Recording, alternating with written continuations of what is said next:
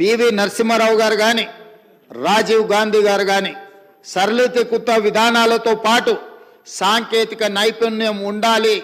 సాంకేతిక నైపుణ్యం ఉన్నప్పుడే ప్రపంచంతో పోటీ పడవచ్చన్న ఆలోచన చేసింది. అందుకే రాజీవ్ గాంధీ గారు ఈ దేశానికి కంప్యూటర్ను పరిచయం చేసి సాంకేతిక యుగంలో 21st సెంచరీకి ఈ దేశంలో ఉండే కోట్లాది మంది యువకులను ముందుకు తీసుకెళ్లడానికి ఒక అవకాశాన్ని ఇచ్చిండ్రు.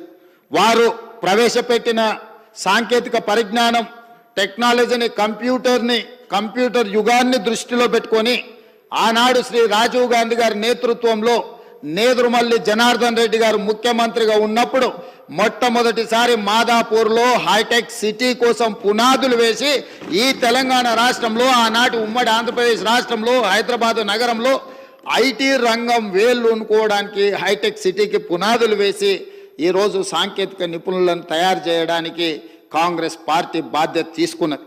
ఇదే కాకుండా అధ్యక్ష, ఈ దేశంలో ఒక ఆర్గనైజేషన్ స్టడీ చేసి ఈ దేశంలో ఉన్న ప్రతి 10 మంది ఐటీ రంగ నిపుణులలో భారతీయులు 4, ప్రతి 4లో ఒకడు తెలుగువాడు అని లెక్క తేల్చారు.